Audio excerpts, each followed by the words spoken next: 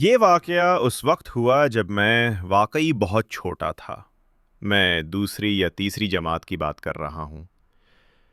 اتنا پرانا واقعہ ہونے کی وجہ سے مجھے چیزیں صاف طور پر یاد رکھنا مشکل ہے، مگر یہ یادداشت چند خاص وجوہات کی بنا پر نمایاں ہے جو آپ جلد ہی سمجھ جائیں گے۔ وہ ایک اسکول ڈے تھا اور پورا دن تیز بارش ہو رہی تھی۔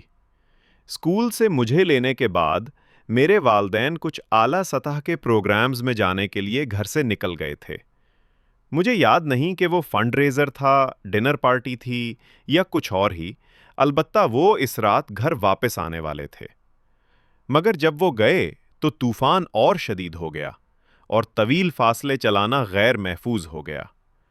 اس لیے وہ گھوم پھر کر گھر واپس آنے کی بجائے ہچکچاہٹ کے ساتھ اپنے ایک ایسے دوست کے گھر پر رہنے کا فیصلہ کر گئے جو ایونٹ کی جگہ کے کہیں قریب رہتا تھا۔ مجھے یاد ہے انہوں نے گھر کے فون پر مجھے بار بار معذرت کی کہ وہ مجھے اکیلا چھوڑ کر جا رہے ہیں، حالانکہ میں زور دے کر کہتا رہا کہ مجھے بھوک بھی نہیں لگ رہی اور میں ٹھیک ہوں گا۔ میری ماں نے سونے سے پہلے کرنے والی چیزوں کی ایک فہرست دی تھی۔ تمام دروازے اور کھڑکیاں بند کر دو، کم از کم ایک گھر کی لائٹ روشن رکھنا، پردے بند کر دینا، عام سی ہدایات۔ اس وقت مجھے سمجھ نہیں آیا کہ وہ ہر چیز کو لے کر اتنا بڑا مسئلہ کیوں بنا رہی ہیں۔ میں اس عمر میں اس بات کا اندازہ نہیں لگا سکتا تھا کہ میرے جیسی عمر کے بچوں کو اکیلا گھر میں چھوڑنا کتنا خطرناک ہو سکتا ہے۔ دراصل میں قدرے خوش بھی تھا کہ گھر میرا اپنا ہے، مطلب لامتناہی ٹافیاں اور کوئی سونے کا وقت نہیں۔ میرے کمرے میں ٹی وی یا کوئی اسکرین نہ تھی، اس لیے میں نچلے ہال میں صوفے پر بیٹھ کر ٹی وی دیکھ رہا تھا۔ میں نے سوچا کہ وہ کام جو میری ماں نے کہا تھا میں سب سونے سے فوراً پہلے کر لوں گا، کیونکہ میں تو پورا رات جگنے کا ارادہ ہی کر رہا تھا۔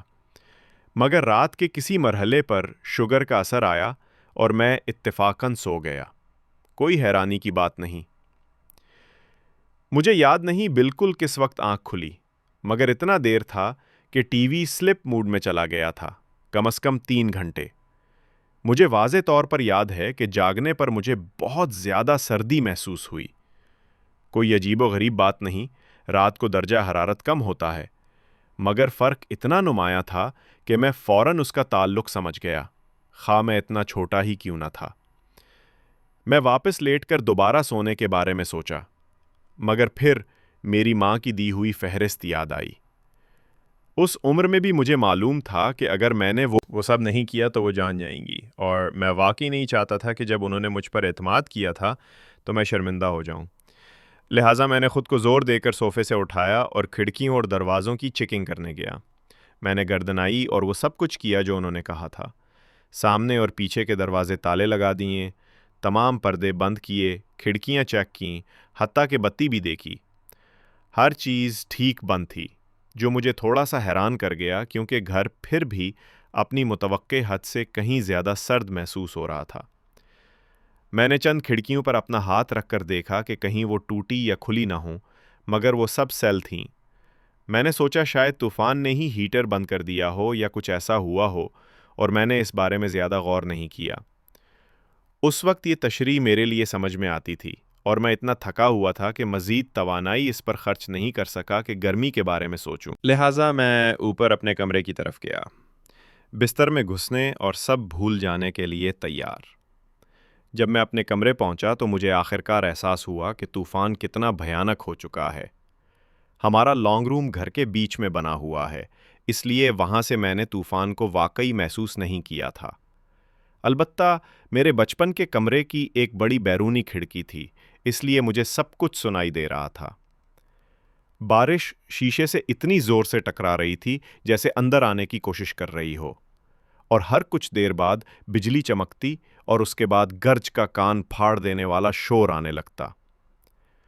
اس عمر میں طوفانوں سے خوفزدہ نہیں تھا، مگر مجھے یاد ہے کہ مجھے فکر ہوئی کہ کہیں کوئی درخت گھر پر نہ گر جائے۔ شاید اسی لیے میں دوبارہ سونے میں دشواری محسوس کر رہا تھا، حالانکہ 20 منٹ پہلے میں بالکل سو چکا تھا۔ جب میں لیٹا ہوا سونے کی کوشش کر رہا تھا تو مجھے کچھ عجیب آوازیں سنائی دینے لگیں۔ کبھی کبھار ایسی کھڑکدار آوازیں آتی تھیں جیسے لکڑی ہل رہی ہو۔ مسئلہ یہ تھا کہ پورا فرش کارپیٹڈ تھا، اس لیے یہ آواز میرے کمرے سے آتی ہوئی لگ نہیں سکتی تھی۔ ابتدا میں نے سوچا شاید ہوا میں کھڑا درخت ہل رہا ہے، مگر وہ آواز پوری طرح مائل نہیں کھاتی تھی۔ پھر بھی میں پیچھے مڑ کر دیکھوں تو اس لمحے ہی میں انہیں نہ بتانا ایک بڑا فیصلہ تھا، کیونکہ واقعے کے اتنے عرصہ بعد اب اس بارے میں کچھ نہیں کیا جا سکتا تھا۔ صاف سچ بتاؤں تو یہ تجربہ نے میری بچپن کی باقی زندگی میں مجھے ٹراما دے دیا۔ اس کے بعد میں ہمیشہ ایک نائٹ لائٹ کے ساتھ سوتا رہا اور اندھیرے کا خوف میرے ساتھ کافی دیر تک رہا۔ مجھے اب بھی اس رات جو ہوا وہ پوری طرح سمجھ نہیں آتا، مگر میں نے سبق سیکھ لیا۔ رات کو اپنے دروازے بند رکھو۔